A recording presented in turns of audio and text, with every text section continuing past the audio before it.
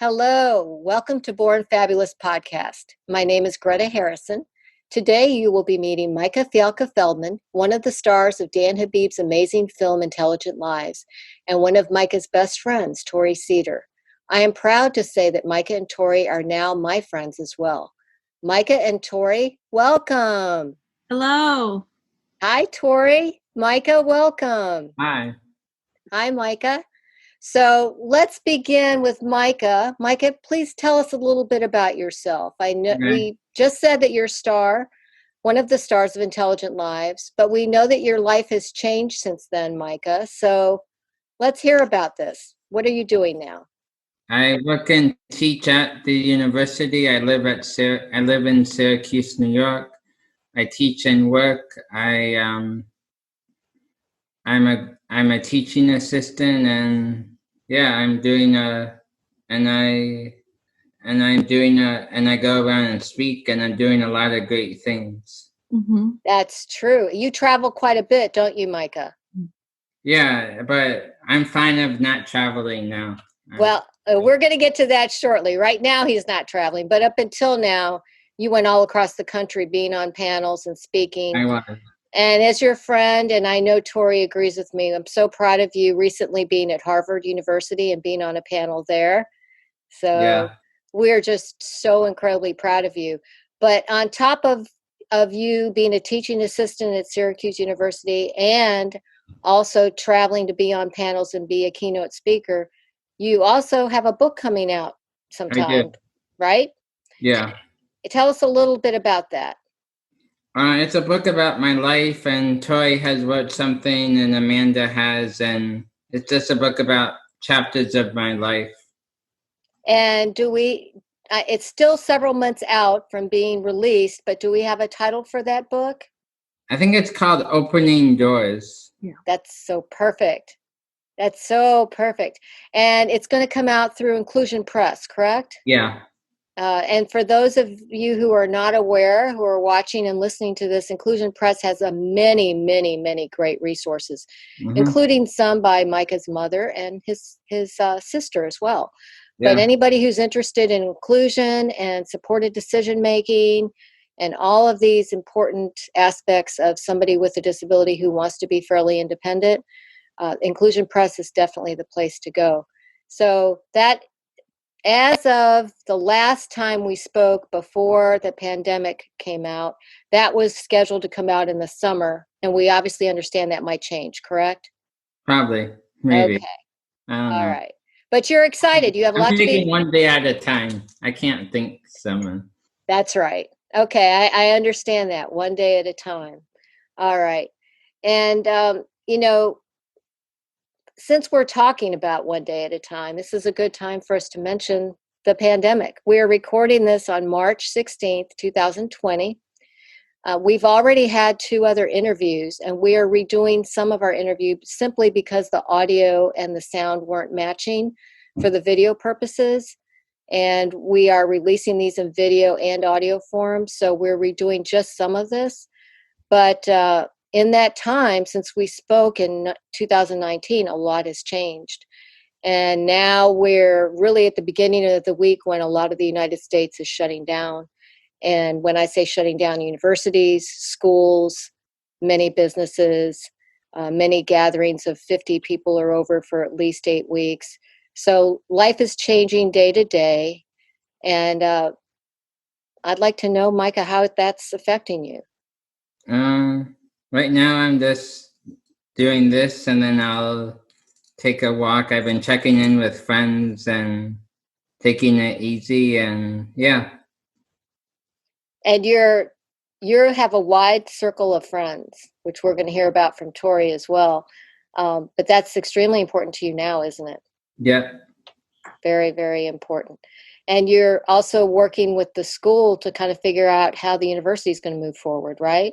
Yeah. And right before this interview, you were on a conference call talking to some of your colleagues about how to move forward, right? Yeah. Yeah. So it's day by day. And I hope that when this airs, which is going to be in June of 2020, that we're over the pandemic and that our curve was flat and that the effect was much less than we fear. I'm hoping that everything is fine for everybody, but we don't know. And that's the time that we're recording in right now. Mhm. So, Tori, let's hear about you. Hi, thank you, Greta. So my name is Tori. I met Micah at Syracuse University. I graduated in 2018. Right now, I'm getting my doctorate in school psychology. My focus in my doctorate is working with individuals with intellectual and developmental disabilities, which has been really exciting, I guess. I kind of feel as if we're kind of at the beginning-ish stages of how we look at mental health access for individuals with intellectual and developmental disabilities. And that's been, I guess, a really big goal of mine on how we make those things better and more accessible for people with intellectual and developmental disabilities, which Micah has taught me a lot about. For practicum, I work with individuals who are deaf and hard of hearing at a high school, which has been absolutely incredible. I'm learning a lot of sign. I have a little background in speech because in undergrad I majored in both psychology and speech language pathology. So it kind of opened up a door into that kind of world, which has brought me a lot of different learning experiences.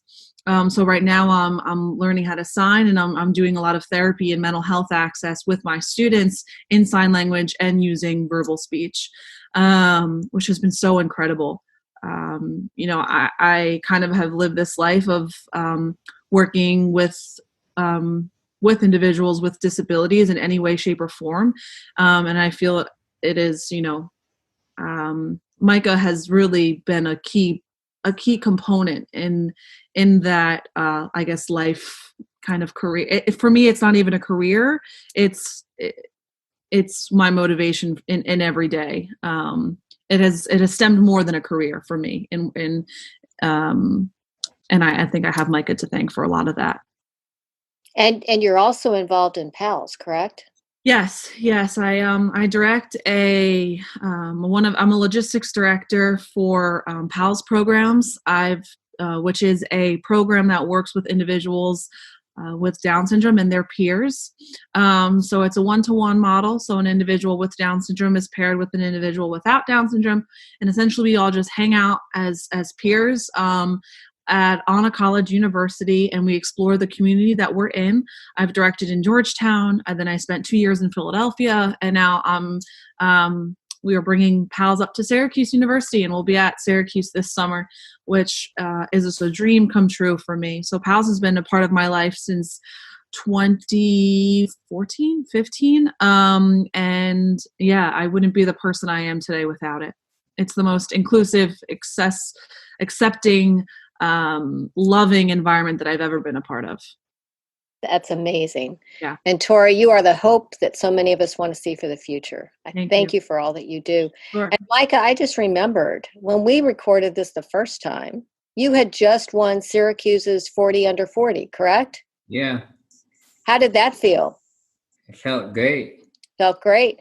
And I think we had mentioned then that Kayla McEwen had also won I think it was about 4 years ago that she won as well. So we have, in this season, we have 2 winners of top 40 under 40 at Syracuse, which is wonderful. Yeah. There must be something in the water up there. I was just going to say that, Greta. Took the words right out of my mouth. That's great. So congratulations, Micah. So let's talk about how the two of you met. When and where did you meet? And I don't know, who wants to start first, Micah or Tori? I can start. Sure. Okay. Take it away. Me and Tori met at a Disability Student Union meeting. She was, I think, at a meeting, and we were just hanging out and we were talking, and she said, "Oh, hi," and I'm from New Jersey, and then I think we took a walk, and then we have been friends since that long time. Yeah, that started. So that was the first meeting I went to for the Disability Student Union was in 2014, so fall of 2014. That's when I started at Syracuse. And then, yeah, it wasn't really until, so we met at that meeting in the fall. And then it really wasn't until the winter, right Yeah. when we came back from spring break, which was like January or so, where I was asked to be a peer trainer for peer-to-peer, where I really started kind of getting closer with Micah. And Micah was a really big help for me at that time because I had no idea. It was kind of my first real, opening into the disability community at Syracuse. And I mean, ever really, I shouldn't say at Syracuse. It was really my first, I didn't know what I was doing, quite frankly. But it was really awesome. And Micah was there for all of that. And that's what I think really kind of put our friendship together. I love how Micah said that you just said, hey, you want to take a walk? And you guys just took a walk and got to know each other a little bit, even though you didn't become super close until later on. But that's how everybody starts to get to know somebody. And, it starts with somebody not being afraid to go up to somebody and ask them, definitely. Hey, let's go have a chat. Let's go take a walk. Yeah. And it's interesting that you phrase it like that, Greta, because Micah is and will always be such a warming kind of connective person. So there was no I don't know how to talk to him, or he's I'm nervous, and it was, I think I have that in me as well. I think we're both kind of similar in that aspect, that we're both pretty warm and open, and neither of us felt uncomfortable. So yeah, it was just, we kind of went on a walk and we just kind of talked about where we came from. It was, very normal, what I wanted to do at Syracuse. I mean, I was 19 years old, had no idea what I was doing. So, and Micah was obviously a big factor of where I am today. So now you guys have been close friends for 5 years. Yeah. 5 years, and it's going to be more, I'm sure. I'm sure. Yeah. Anything else you want to add to this part of the conversation, Micah? We check in every day. Well, that's my next question. How often do you communicate and see each other? And you check in every day. And do you remember what you said the first time I asked you this? No. You said every hour on the hour. And it was funny. But you do talk to each other every day, whether it's text or phone, correct? Yes. Yeah. Yeah. And you FaceTime each other? Yeah, we do. Yeah, definitely. It's we're texting definitely throughout the day, phone calls here and there, and then FaceTimes as well. And then I haven't seen her in person. I was hoping to see her this time, but maybe not. Well, I'm glad she mentioned that. I'm glad you mentioned that, Micah, because I never said that when I explained the time that we're recording this in. The intention when Tori drove up to Syracuse was for us to do this with Tori and Micah together in the same room, side by side, like they were in some of the rest of this interview that you will see in later episodes. But because we have social distancing now, the decision was made for Tori to stay where she's staying and record, and Micah where he is, just to be safe. And that's why we're recording this way. So I'm glad you said that. But you were looking forward to seeing her, weren't you? I was. Yeah. And I love how Tori's in really the midst of a very difficult part of grad school. Plus she's working in the public schools on top of that. So she's very, very, very busy. Yeah. But even with that, when she can, she makes time to go see you. Right, Tori? Definitely. Yes. It's an important piece of my life for sure. That's wonderful. Love is a potion.